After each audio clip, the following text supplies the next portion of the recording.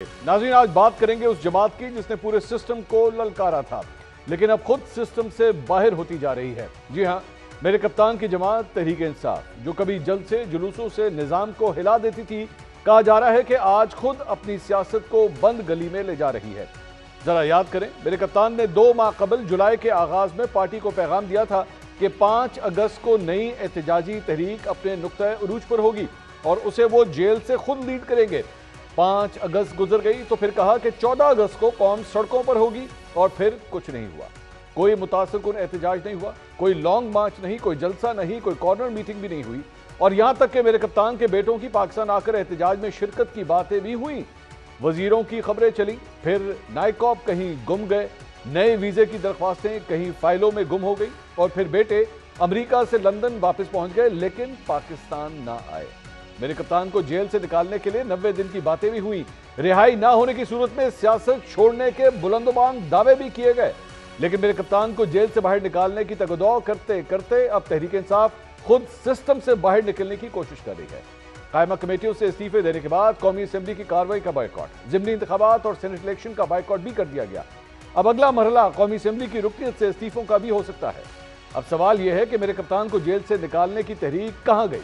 उसका जवाब भी वजीर आला खैबर पख्तूनख्वा ने साफ अल्फाज में दे दिया। कहते हैं, मेरे कप्तान की रिहाई की राह में 2 बड़ी रुकावटें हैं। एक रुकावट है कि मुल्क में कानून नहीं है। जब कानून फाल हो जाएगा मुल्क के अंदर तो खान साहब रिहा हो जाएंगे। दूसरा ये है कि खान साहब का जो है इस वक्त जो मसला चल रहा है एस्टेब्लिशमेंट के साथ, वो मसला हल हो जाए। वो खान साहब ने खुद ही करना है, सारी बात है, मेरे पास तो इख्तियार है नहीं। नाज़रीन, अब अगर अली अमीन गंडापुर की बात मान ली जाए, जिसके मुताबिक अपनी रिहाई के लिए सब कुछ मेरे कप्तान ने ही करना है, तो बाकी पार्टी किस काम की है? क्या उनका काम हुकूमती ओहदों से लुत्फानंदोज होना है? सवाल यह है कि क्या ये तहरीक इंसाफ की मौजूदा क़यादत मेरे कप्तान को जेल से निकाल पाएगी या ये तहरीक इंसाफ को मजीद तन्हाई की तरफ धकेल रही है? और आज की ताज़ा खबरें ये हैं कि मेडिकल बोर्ड ने जहां जेल में मौजूद मेरे कप्तान को सेहतमंद करार दे दिया है, वहीं साथ ही ये भी कह दिया है कि सपोर्टिव मैनेजमेंट की भी जरूरत है। अब ये सपोर्टिव मैनेजमेंट क्या है? क्या मेरे कप्तान के लिए जेल का माहौल बदला जाएगा या फिर उन्हें हाउस अरेस्ट किया जाएगा? क्या कहीं कोई नरमी भी आ रही है या फिर इन तमाम खबरों के बीच एक बार फिर डील की बाज़गत सुनाई देगी? इस अहम इशू पर आज हम 7 सवाल पूछते हैं। सवाल नंबर 1, क्या तहरीक इंसाफ की बाइकॉट की सियासत निजाम को चैलेंज कर रही है या फिर खुद को कमजोर कर रही है? सवाल नंबर 2, क्या तहरीक इंसाफ की सिस्टम से लड़ाई पाकिस्तान के अवाम के लिए कोई तब्दीली लाएगी या ये सिर्फ सियासी इंतशार को हवा देगी?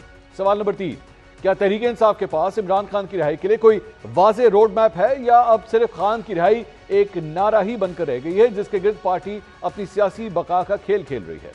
सवाल नंबर 4, तहरीक इंसाफ इमरान खान को जेल से बाहर निकालते निकालते खुद को सिस्टम से अलग करती जा रही है। क्या कौमी असेंबली की कार्रवाई का बॉयकॉट, जिमनी इंतखाबात का बॉयकॉट और कायमा कमेटियों से मुस्ताफी होने के फैसलों से हुकूमत को कोई खास फर्क पड़ेगा?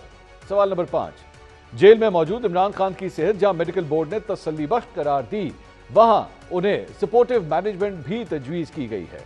क्या हुकूमत मेडिकल बोर्ड की तजवीज पर अमल दरामद करते हुए मेरे कप्तान को सपोर्टिव मैनेजमेंट मुहैया करेगी? सवाल नंबर 6, तहरीक इंसाफ के इख्तलाफात तो खुलकर सामने आ रहे हैं, लेकिन आज वफाकी वजीर रेलवे ने असेंबली में खड़े होकर वजीर दिफा पर कड़ी तनकीद की। हुकूमती हलकों में भी वुज़रा ऐवान में खड़े होकर एक दूसरे के खिलाफ क्यों बोल रहे हैं? सवाल नंबर 7, आज वजीर आला खैबर पख्तूनख्वा ने भी तस्लीम कर लिया कि इमरान खान की रिहाई की राह में 2 बड़ी रुकावटें हैं। एक, मुल्क में कानून पर अमल ना होना और दूसरी, एस्टैब्लिशमेंट के साथ वो खिंचाव जिसे खान साहब ने खुद पैदा किया और अब उन्हें ही खत्म करना है। अगर मामला इमरान खान ने खुद ठीक करने हैं तो जेल के बाहर मौजूद सियासी क़यादत आखिर कर क्या रही है?